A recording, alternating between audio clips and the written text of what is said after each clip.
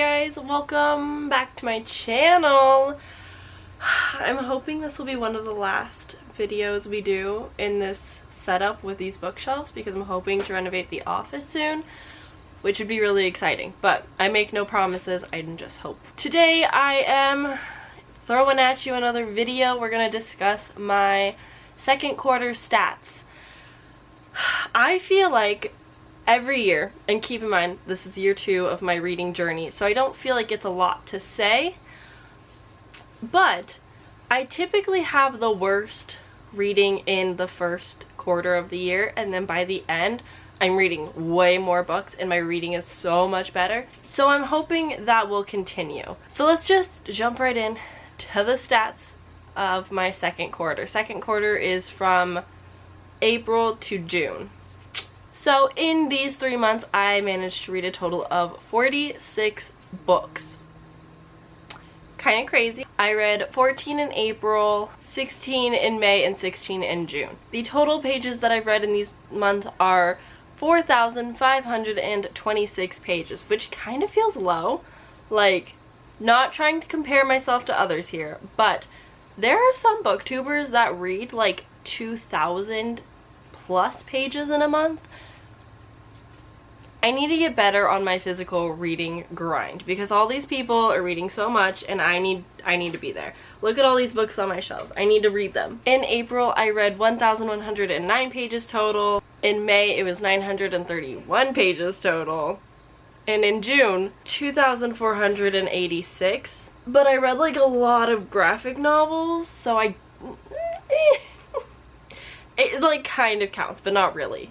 As for audiobooks, I've listened to 261 hours and 30 minutes of audiobooks, which is kind of crazy, but I also don't typically account for what speed I listen to them to, so that's the generic speed at one-time speed, like how long the book would take. I genuinely listen to 1.8 2-time speed because my brain works a heck of a lot faster than my eyes do. In April, I read 73 hours in 45 minutes, 154 hours in 45 minutes in May, and in June, I listened to 33. Not great. I have kind of slacked on my audiobook game, which is really interesting because that's typically like the primary way in which I read. So it's interesting that I've kind of drifted from that a little bit just because I've been watching a lot of Twitch streams of my friends. I've been watching a lot of BookTube, like a lot of BookTube. It's so hard to keep everybody that I watch caught up.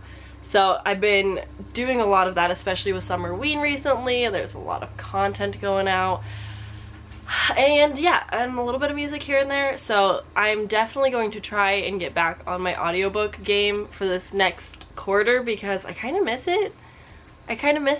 In total, as of the chart of how I have read my books, 21 have been audiobooks, 2 of them mixed media, which is interesting seeing as that's my preferred way of reading. 16 of those books were ebooks, thank you graphic novels, and 7 of those were physical. So a wide range of many things, but definitely need to up that physical because I'm staring at a pile of books I've recently bought, and so I need to start getting better about that. Yeah. My most read genre for this quarter is still fantasy, sitting at a 13, but at a close second is romance at 10.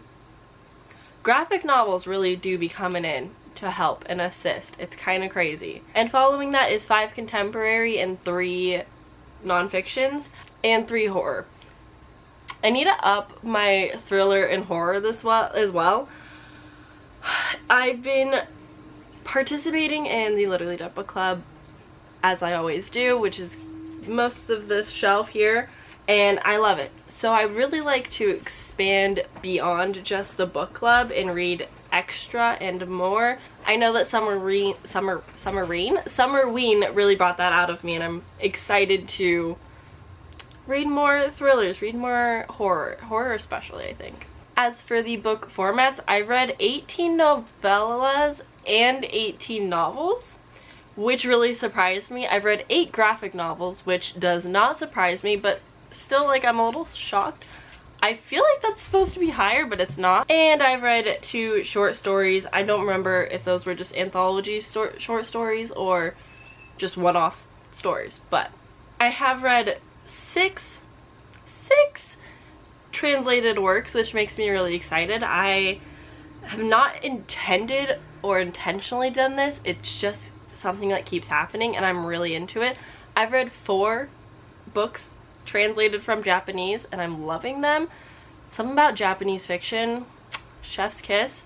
And I've also read 1 sort of kind of Italian book. If you watched my June wrap up, you know, you understand.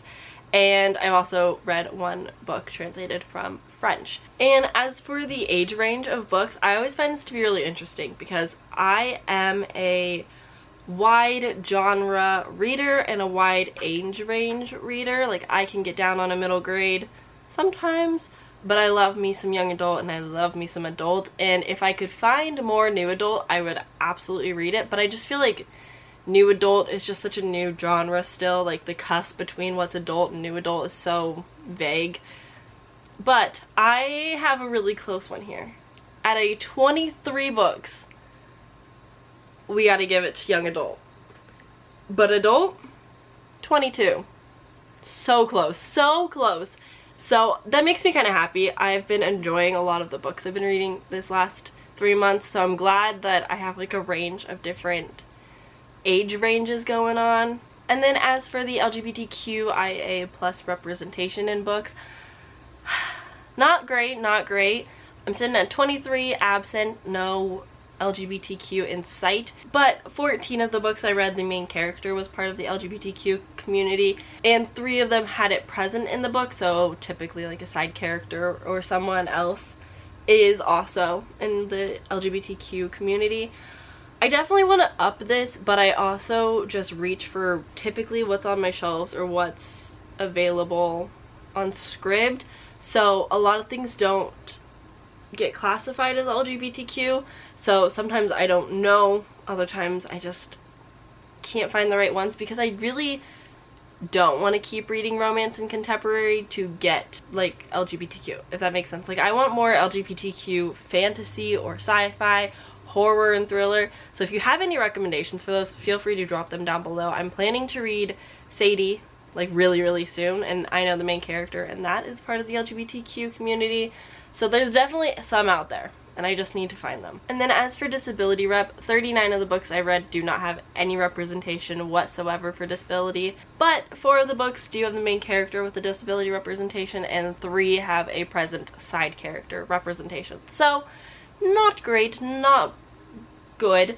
The first one that comes to mind, and this also works really well for the LGBTQ representation, I read in June Mooncakes, and that has a disability representation main character, and there's a queer romance. It's fantastic. It's fantasy, it's a graphic novel. I would highly recommend. It was very cute. So the next statistic is owned versus Scribd. Typically this would also, for normal people, include a library, borrowing from friends maybe, Audible, wherever else you might get your books from. I don't. I have what I own, and then I have Scribd for audiobooks and ebooks. So in comparison, 36 of my books read were from Scribd, but 10 were from my own shelf, and that's something. Not great, but it's something, and it's a start. I definitely am excited to reorganize all of this behind me so I can see everything I have, because like these bottom shelves down here, besides the mess that they are really hard to get to because there's a lot going on in the household right now. So I'm really excited to reorganize them and see everything that I have, reach for them a bit more. Extra special fun things coming later this year maybe. Now to the important question. Series versus standalones. I love me a standalone book, period, point blank, that's it. I love standalone fantasies.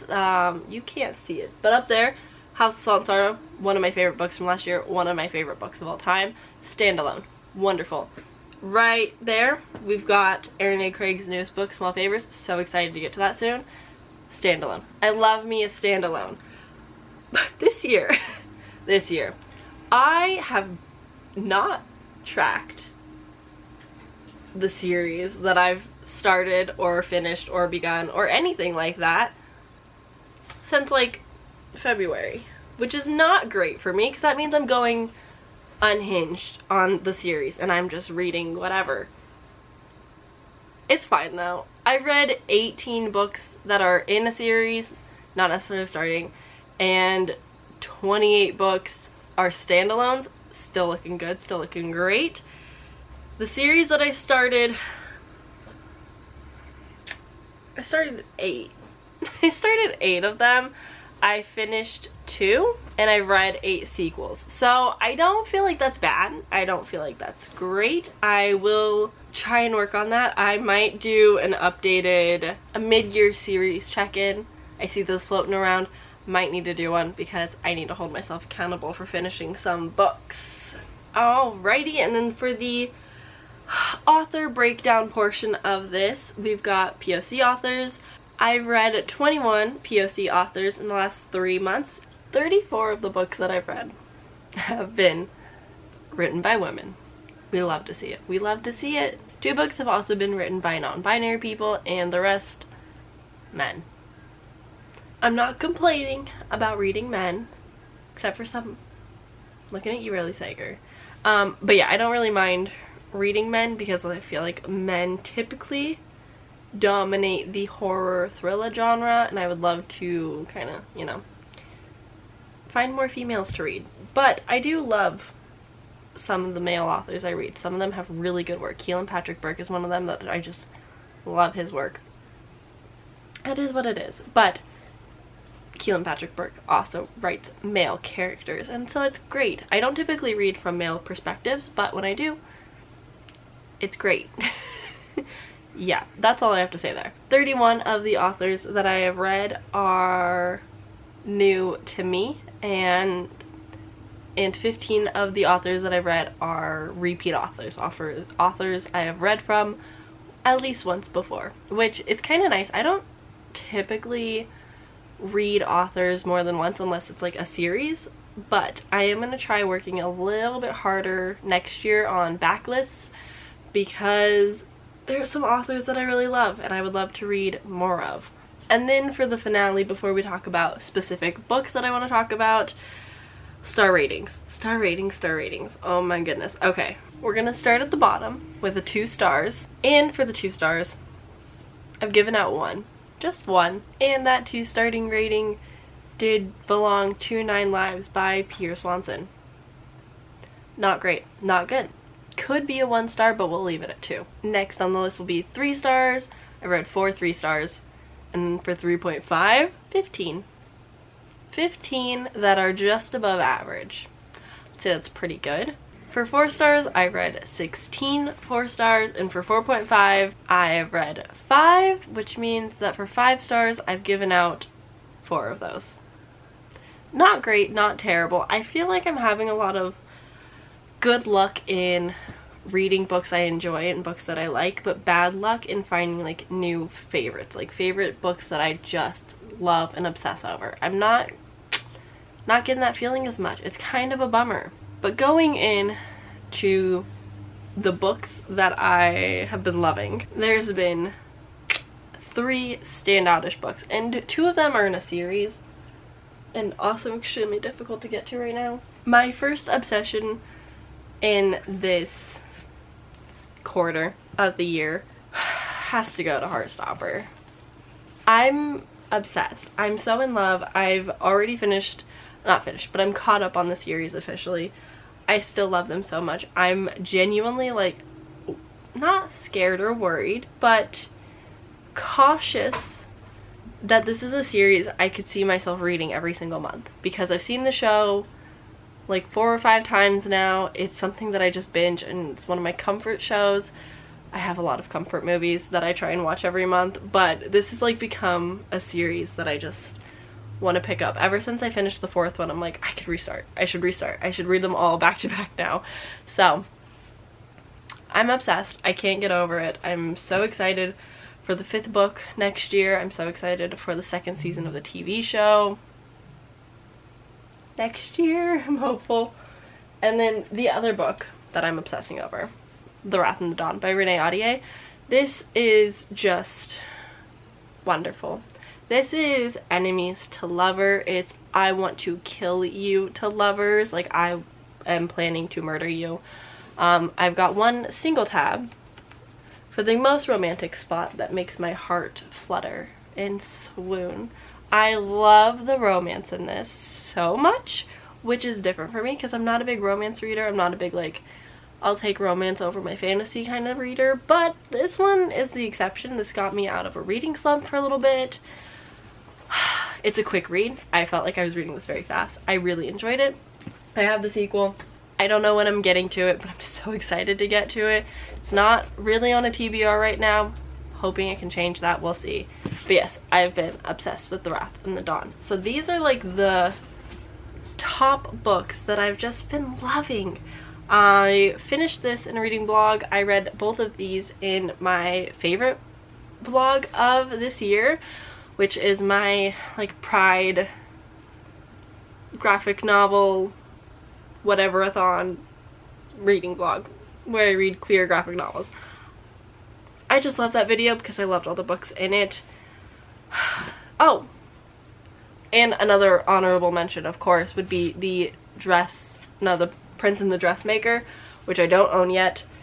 Still on the wish list. I will get it someday, I promise. But I also absolutely love that. It says in my CAW pile that it is a 4.5, but in my heart it is a 5. And in Goodreads it's a 5. I don't know why I haven't changed it yet in CAW pile, but that also honorable mention. Jen Wang, wonderful. Will read anything she ever produces. So that's it. I'm going to go now. I have talked to you guys enough about my reading statistics. I'll see you again in 3 months for another one of these. I hope that your guys' last 3 months have gone really well with reading. Let me know down below what are some of your favorite most recent books you've been reading. I'd love to know. Maybe try and add them to my never-ending TBR. But that's gonna be all from me, guys. I will see you guys very soon in my next video. Bye!